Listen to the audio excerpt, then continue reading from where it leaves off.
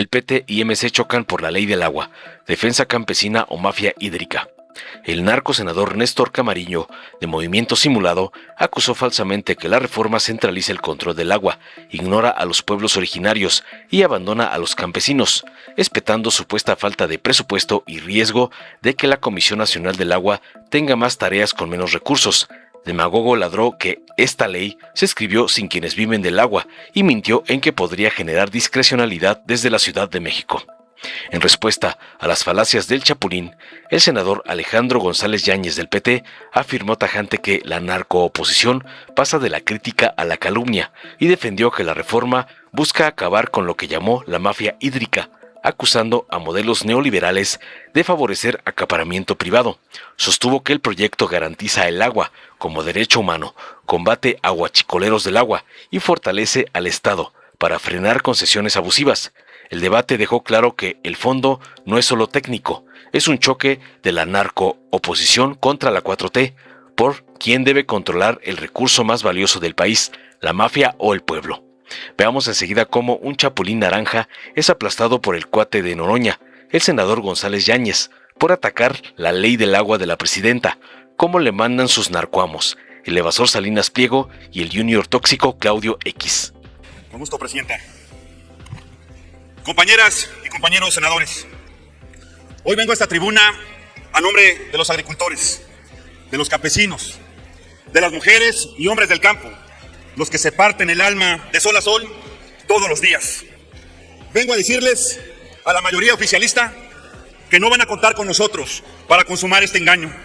No seremos cómplices de una ley que le da la espalda a los campesinos, que ignora a los productores, que no consulta a los pueblos originarios y que en lugar de resolver la crisis hídrica, simplemente la agrava con el centralismo y la discrecionalidad. El dictamen que hoy se discute se envuelve en la bandera de devolverle el agua al pueblo, pero la letra pequeña en los artículos que se importan lo que realmente hace es arrebatarle la autonomía a las regiones para concentrarlo en un escritorio desde la Ciudad de México. Afuera de este recinto y en todo el país hay gente en el campo que nos exige ser escuchada y tienen razón, porque esta ley se escribió sin ellos, se escribió ignorando la realidad de quienes siembran, de quienes riegan y de quienes ven el agua no como un tema político, sino como lo que les permite trabajar y vivir. Y lo que es más grave, se escribió sin consultar a los pueblos originarios, violando sus derechos fundamentales y los compromisos internacionales que México ha adquirido. Algo inaceptable en un país que dice respetar y proteger a los pueblos originarios. Antes de ir al dictamen, permítame hablar de la realidad que enfrenta México en materia del agua. La realidad es que el agua es un derecho reconocido, pero no es garantizado. Desde 2012, la Constitución reconoce el derecho humano al agua, pero reconocer un derecho en el papel no es lo mismo que garantizarlo en la realidad. Porque la realidad es que 7 de cada 10 hogares en México no reciben agua de manera continua. Esto significa que la mayoría de los mexicanos no tiene acceso garantizado al agua todos los días. Hay familias que tienen que almacenar el agua en cubetas y en tinacos, porque no saben cuándo volverá a llegar el agua a sus casas. Asimismo, la infraestructura que tenemos está colapsando. La tubería en promedio de nuestro país tiene 60 años de antigüedad. El resultado es que el 35 y el 40% del agua potable que producimos se pierde en fugas antes de llegar a las casas de la gente. Pero hay más. El 58% de los municipios en este país no trata sus aguas residuales. Simplemente la tiran a los ríos. De las 3.440 plantas de tratamiento que existen, solamente el 65% operan. Y del agua que se trata apenas el 5% se reutiliza. Esa es la realidad. Esa es la crisis hídrica que viene. Y esta ley no solo no la resuelve, la profundiza. Este mensaje va dirigido a todas y a todos los productores campesinos de todo el país, pero en especial a los poblanos, a quienes conocen de cerca cómo la escasez de agua amenaza sus cosechas, sus empleos y sus comunidades. Porque lo que suceda con esta ley es asunto que le toca directamente la vida de millones de mexicanos que dependen del agua para subsistir. Y es precisamente por eso que esta ley es tan problemática. Primero, porque es una ley sin presupuesto. Aquí se habla de garantizar el derecho humano al agua, pero cuando uno revisa el dictamen, cuando buscan en los artículos y en los transitorios, no encuentran una sola línea que define el presupuesto específico para cumplir con esta garantía. Lo que sí hace la ley es cargarle toda la responsabilidad a la Conagua. Pero la Conagua es una institución que se ha ido debilitando año con año por este mismo gobierno y el pasado. El presupuesto de la Conagua cayó el 7% en términos reales, considerando el año 2018 hasta el presupuesto aprobado para este 2026. Esta es una contradicción fundamental. Se aprueba una ley que amplía las responsabilidades de la Conagua, pero se le quita el presupuesto. Se le pide que haga más con menos. Es como pedirle a alguien que construya una casa con la mitad del presupuesto y el doble de trabajo. No es posible, no se va a poder. Y la gente que va a sufrir las consecuencias son los campesinos, los productores, las comunidades que necesitan agua. En segundo lugar, esta ley no devuelve el agua al pueblo, la centraliza el gobierno. Nos dicen que se acaban los privilegios porque se prohíbe la transmisión de concesiones entre particulares. Es un argumento que suena bien, pero no es cierto. No confundan a la gente. Lo que hace esta ley es crear un monopolio estatal sobre la distribución del agua a través de un mecanismo llamado reasignación. Y esta reasignación, esta distribución del agua, solo puedo hacerle la Conagua, casualmente desde la capital. Se elimina el poder de los organismos de cuenca, esos organismos que llevan años trabajando en el territorio, que conocen las necesidades de cada región, que entienden los problemas locales. La ley los deja fuera de las decisiones más importantes sobre la distribución del agua. La gestión del agua funciona mejor cuando las decisiones se toman cerca de donde está el agua, cuando participan quienes conocen la realidad todos los días. Centralizar todo en la capital genera ineficiencia, genera corrupción, genera clientelismo. Además de que el proceso de reasignación que crea la ley es totalmente discrecional. No hay reglas claras, no hay criterios objetivos, simplemente no hay transparencia. En tercer lugar, esta ley abandona la sustentabilidad y la protección de nuestros recursos. El dictamen no contempla la suspensión de concesiones, incluso cuando haya una sobreexplotación que ponga en riesgo el consumo humano. Eso significa que si un acuífero se está secando, si el agua subterránea se está disminuyendo de manera peligrosa, la ley permite que las grandes empresas sigan sacando agua. Mientras tanto, las comunidades, la gente que depende de esa agua para vivir, se quedan sin acceso. Eso contradice completamente la idea de que el agua es un derecho prioritario. Y en cuarto lugar, se viola el derecho de la consulta a los pueblos originarios. Esta ley no respetó el derecho a la consulta previa, libre e informada a los pueblos originarios. Es una violación clara a la Constitución. Es una violación de los compromisos internacionales que México ha adquirido.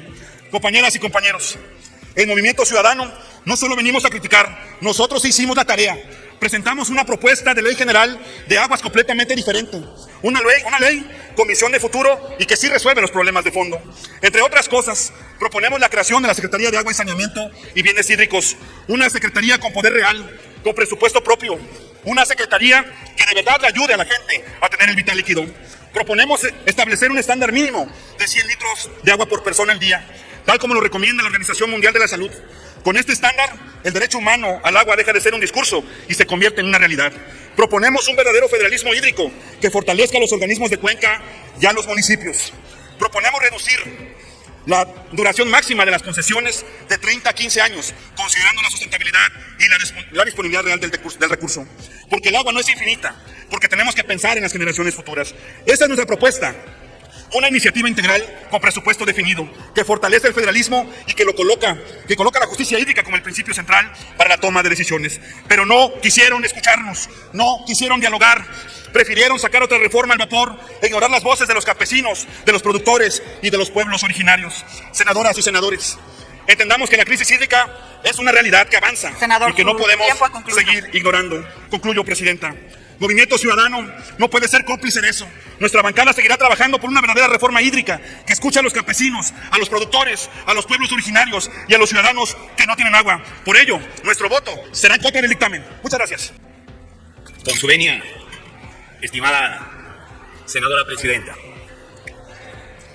queda suficientemente claro que lo que en México se llama oposición están viviendo una involución política porque han pasado de ser oposición a ser reacción y de ser reacción han pasado a la burda mentira y de ahí a la absoluta calumnia.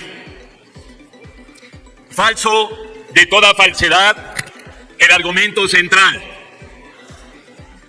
de la reacción calumniadora. Este es el proyecto de minuta que estamos debatiendo, que contempla dos aspectos: reforma a la ley de aguas nacionales y la expedición de una nueva ley general de aguas. Este es el proyecto de minuta. Página 62, artículo 49. Me voy a ver en la necesidad de leerlo cuidadosamente. Cuando se transmita el dominio de tierras vinculadas con un título de concesión para el uso del agua a que se refiere el presente capítulo, la nueva persona propietaria conservará los derechos sobre la explotación, uso o aprovechamiento de las aguas correspondientes. La autoridad del agua, una vez efectuado el cambio de dominio, expedirá un nuevo título de concesión conforme a las características de uso y volumen del título original. Esta es la litis central y aquí se resuelve contundentemente.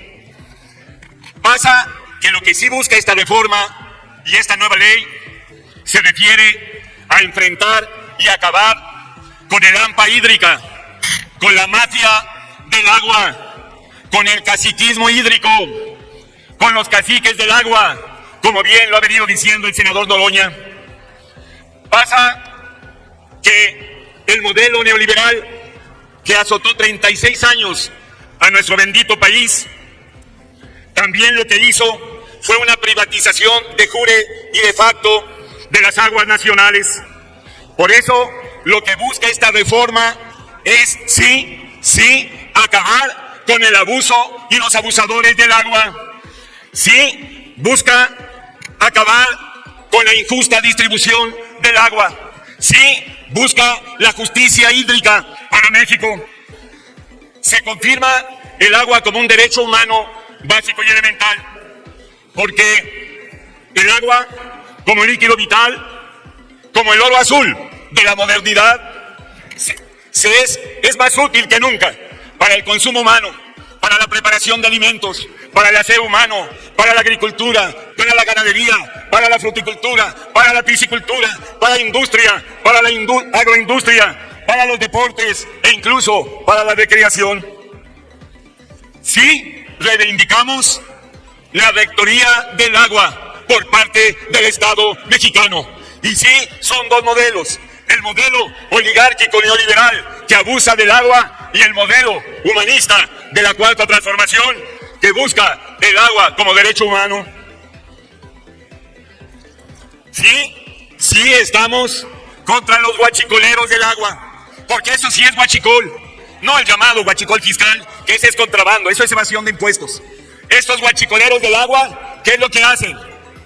En un rancho de la oligarquía perforan y tienen pozos ilegales, se roban el agua de la nación, y por eso reivindicamos que el agua es del pueblo y es de la nación, y la rectoría pasa a buenas manos, a las mejores manos, a las manos del Estado dirigido por la Cuarta Transformación de la República. Es por eso que el agua se reconoce, aparte de como derecho humano, como un bien público, y ese es el eje central del debate. Esta reforma garantiza agua para todo el pueblo. Y también es necesario señalar que en el Plan Nacional Hídrico de nuestra querida presidenta Claudia Sheinbaum Pardo se encuentra la multiplicación de obras de infraestructura hidráulica, porque tenemos que hacer llegar el agua para atender todas las necesidades. Termino. Hemos insistido nosotros en convertir ahora a la Comisión Nacional del Agua en la Secretaría del Agua, porque tenemos que crear un instituto regulador, ya con este nuevo marco jurídico, con más dientes, con más atribuciones, con mayor fuerza y con mayor estatus jurídico. Insisto que no se trata de más burocracia o más presupuesto administrativo, es crear la Secretaría del Agua como organismo encargado de la regulación de la misma. Estamos ciertos que esta propuesta que hemos venido haciendo desde hace meses tendrá eco de acuerdo a cómo va el nuevo proceso de la concepción hídrica del país. Termino. Sí, vamos a acabar con la oligarquía hídrica, como lo hemos hecho en otros aspectos de la vida nacional. Y sí vamos por el poder del pueblo en el uso, manejo y beneficios del agua. Unidad nacional, todo el poder al pueblo. Muchas gracias. Dale en me gusta, suscríbete, activa la campanita y compártelo para que más gente lo vea.